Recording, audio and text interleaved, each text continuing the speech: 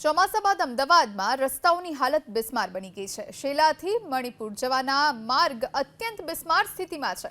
ચોમાસા બાદ નવરાત્રી સુધીમાં રોડના સમારકામ કરવામાં પ્રશાસનના આદેશ માત્ર કાગળ પર જ છે। વાર્ષિક 300 કરોડ જેટલું અવડાનું બજેટ હોવા છતાં શેલાથી મણિપુરના માર્ગની આ સ્થિતિ છે। છેલ્લા 6 મહિનાથી વધુના સમયથી શેલા ગામમાં 275 કરોડના ખર્ચે ડ્રેનેજ લાઇન નાખવાની કામગીરી અંગે જાહેરાત કરવામાં આવી હતી। અત્યાર સુધી આ રોડની કામગીરી શરૂ જ નથી થઈ। પરિણામે શેલાથી મણિપુર જતા વાહન ચાલકોએ એબીપી અસ્મિતા સામે પોતાની વેદના ઠાલવી।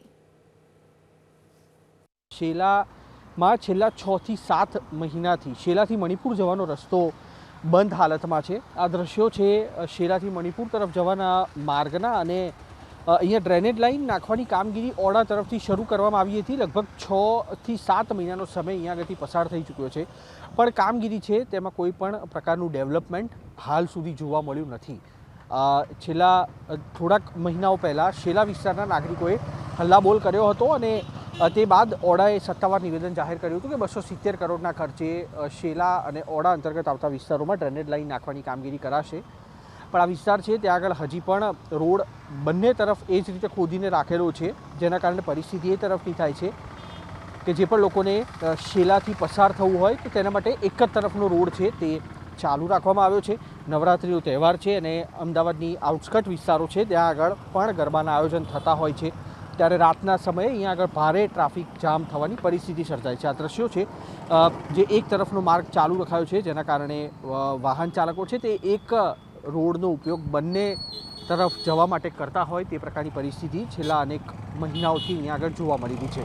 ઓડા તરફથી સત્તાવાર નિવેદન આપવા માટે કોઈ તૈયાર નથી કે આખરે આ રોડ બનવાની અને ડ્રેનેજ લાઇન નાખવાની કામગીરીમાં તો વિલંબ શેના માટે થઈ રહ્યો છે, પણ હકીકત એ છે કે પ્રશાસનની કામગીરીમાં વિલંબ થવાના કારણે અત્યારે વાહન ચાલકો છે તે ભારે પરેશાન થઈ રહ્યા છે અને તેની સાથે એક તરફનો રોડ જે બંધ કરવામાં આવ્યો છે, જેના કારણે વાહન ચાલકો છે તેમને અવર જવર કરવા માટે એક તરફનો રોડ ચાલુ છે। કેટલાક વાહન ચાલકો પણ અહીંયા આગળ છે, તેમની સાથે વાત કરશું। હા, હું એના માટે જ આવ્યો, આ એક જ તરફનો રોડ ચાલુ એક બંધ છે।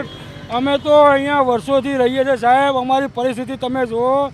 આ પ્રશાસનને કંઈક કહો, આ રાત્રે કેટલો ટ્રાફિક હોય છે, અમારા છોકરા દીકરીઓ અહીંયા સ્કૂલમાં ભણતી હોય છે, લેવા આવવા જવામાં રોડ ક્રોસ કરવામાં કેટલી તકલીફ પડે છે સાહેબ। કેટલા મહિનાથી છે લગભગ સાહેબ આ ચોમાસા પહેલાંની છે તકલીફ, તમે વસ્તુ સમજો, 6 મહિના થયા।